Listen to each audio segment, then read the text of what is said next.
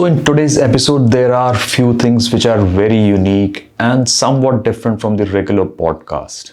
Number one, I am starting this podcast on YouTube as well. And the other reason why this episode is unique is its topic and the day on which I'm recording this. And I hope this comes out today itself, at least on audio version, and maybe on the video version. I know not many people will be watching it on video because I'm starting it from scratch. I'm starting a new channel on YouTube. So I don't expect many people will be knowing about it. But if you are an audio listener, you are a listener of the podcast, if you want the link to the YouTube, it's in the description.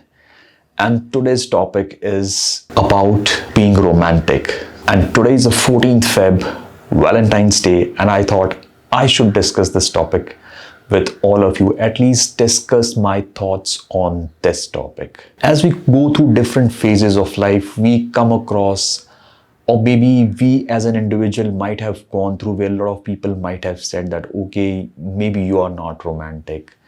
Maybe your partner you might be feeling is not romantic. We categorize people being romantic and not so romantic. But I believe everyone is romantic. It's just that our style of communication or how we express ourselves is different from what people assume is romantic or not so romantic. Because our idea of romance comes from the movies we watch, what the TV we watch, or the books we read.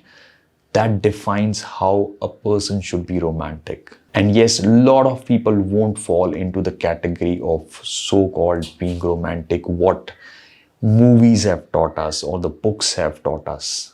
And if you have been in a long-term relationship and your partner have been saying you, or maybe conveying you, or maybe subconsciously making you realize that you are not romantic and that person is romantic, you may actually start believing that you are not romantic and you have to compensate for it.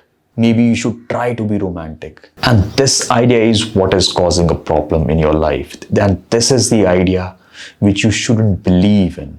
If somebody says you that you are not romantic, it's up to you how you take it. It depends upon your personality, how you take the feedback.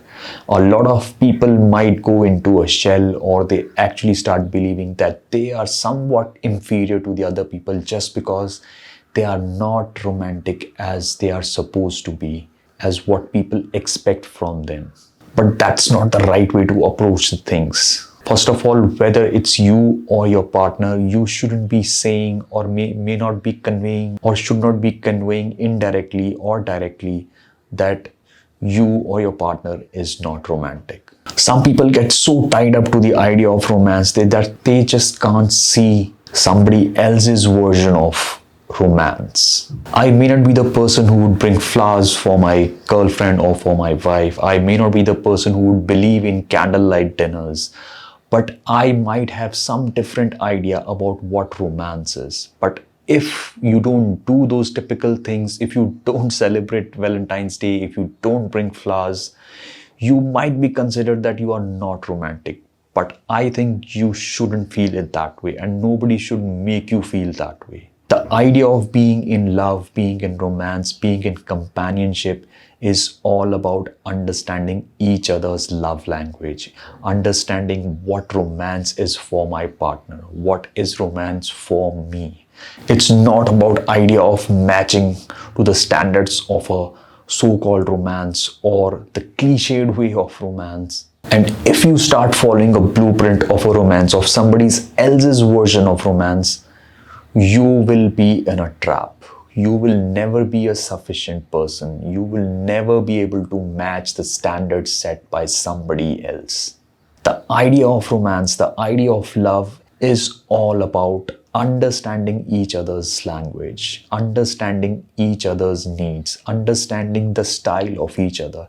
And these two different people make a unique combination only when you accept each other. Only when you believe in the idea of two styles of romance can coexist. If you have been in different relationships, if you have been with different people, try to find out the patterns what you have been doing. A pattern where you are attracting a certain kind of personalities into your life and they are not working out for you. You need to look out for things you have been repeatedly doing in every relationship. It's not about fault finding. It's not about finding fault within yourself. It is not about finding fault in somebody else.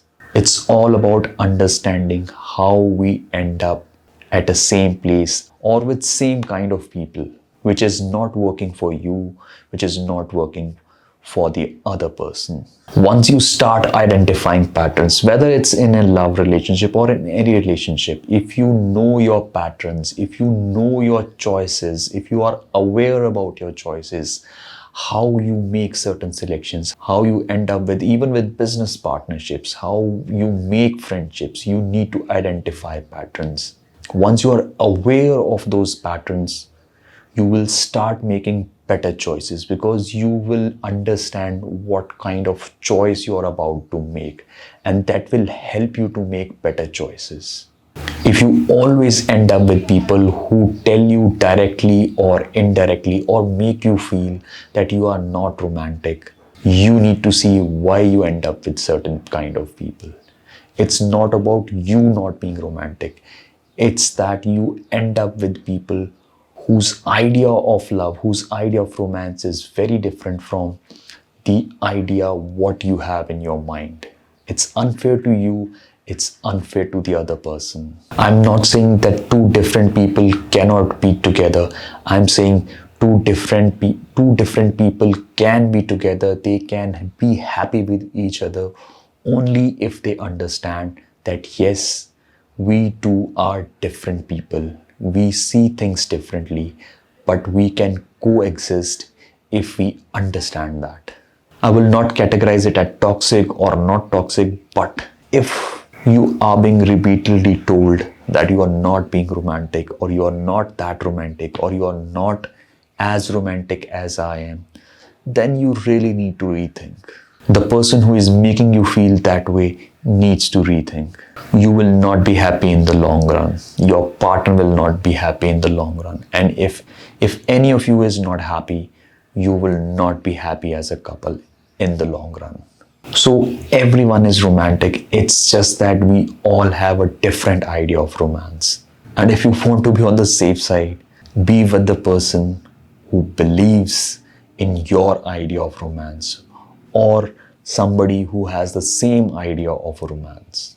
Otherwise, like I said, if you are two different people, respect each other's idea of romance. Respect the idea of looking the things in a different way.